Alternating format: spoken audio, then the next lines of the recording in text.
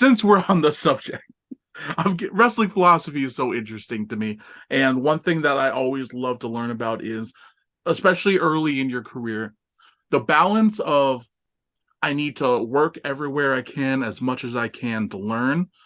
And when that becomes, I need to be more selective of where I work because maybe they're not as safe, maybe they don't pay as well, or maybe I need to have dates cleared so if a bigger opportunity comes my way, I'm not already booked up. So for you, how did you juggle that? When did you start learning about that balance? And just can you talk about it just to, help other people? Um, so I think that's honestly always been a little bit of a thing in terms of, okay, I guess because I like metaphors and whatnot. Um,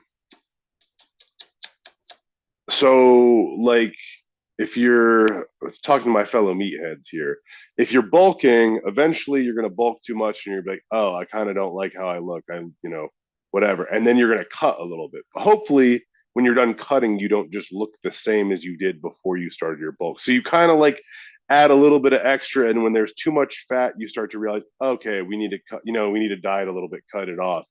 It's probably too stupid and meatheady of a metaphor, but whatever. Regardless, I digress. Um, I think it's one of those things where my first instinct when I got in was I know that it doesn't matter the payday and whatever else. Like I have like a grown up job at this time, and I'm like, I'll just get myself out there as much as possible, and I just need experience. And my trainer was even like, look, as long as you're like not agreeing to stupid shit, like as long as you're not just like taking a bunch of pile drivers and all these like crazy, like you could get yourself hurt and you just do stuff that you're comfortable with and you're okay with saying, hey, I don't know how to do that. Can we do something else?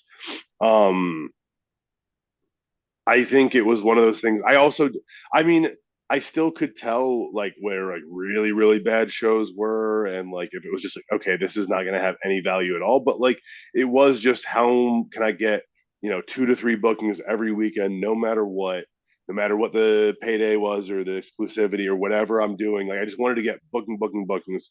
And then eventually it was like, okay, now I'm booked up every weekend. And I started to go, okay, well, like, do I really want to spend all my weekends doing all these shows? Am I still getting the same? Like, if I just get a live round, like a live match in front of a crowd, is it that useful? And I started cutting back. And then you start to add more because it's like, okay, I'm commanding a little bit more money and I can, go to this place and ask for this amount and whatever, or I can ask for a good uh opponent. Um,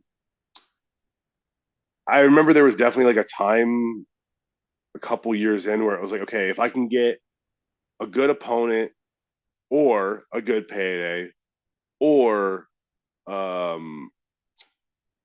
it's like good opponent, good payday, or Connections. like some kind of connection or something like that. Okay, I'll take it if I can get one of the three. And then eventually it was like, okay, I should probably get two of the three. And then now it's like, okay, like if it's not all three, like what am I doing there, right?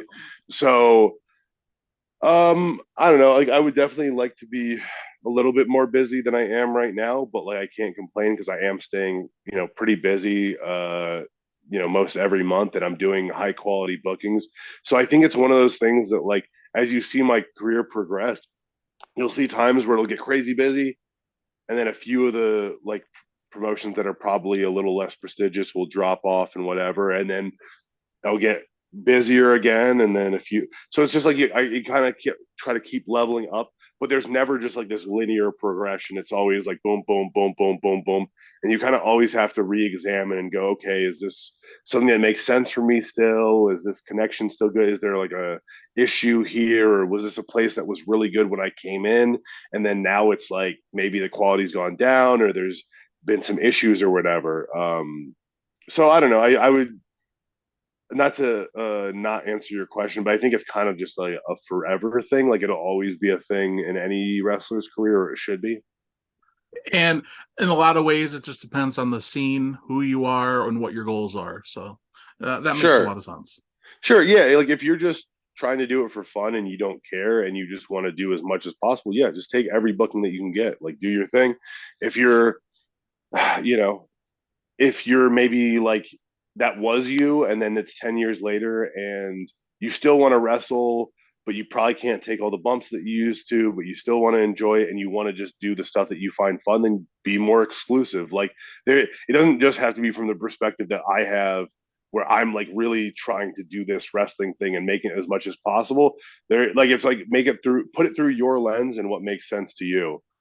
Plus, I think, it's not a bad thing, and it can come off that way if you don't word things properly. There's levels to it. There's levels to Yeah, everything, but there's a lot of levels in wrestling where, you know, if you're at the bottom of the indie list, if you're the place that draws 15 people in a garage, you know what? The guys who are trying there, maybe they have a dream, maybe they're working their butts off, and that's awesome. But there are levels, and at a certain point that you can't keep going to that level because you're risking your health, you're risking your time, you're risking your wallet. So absolutely.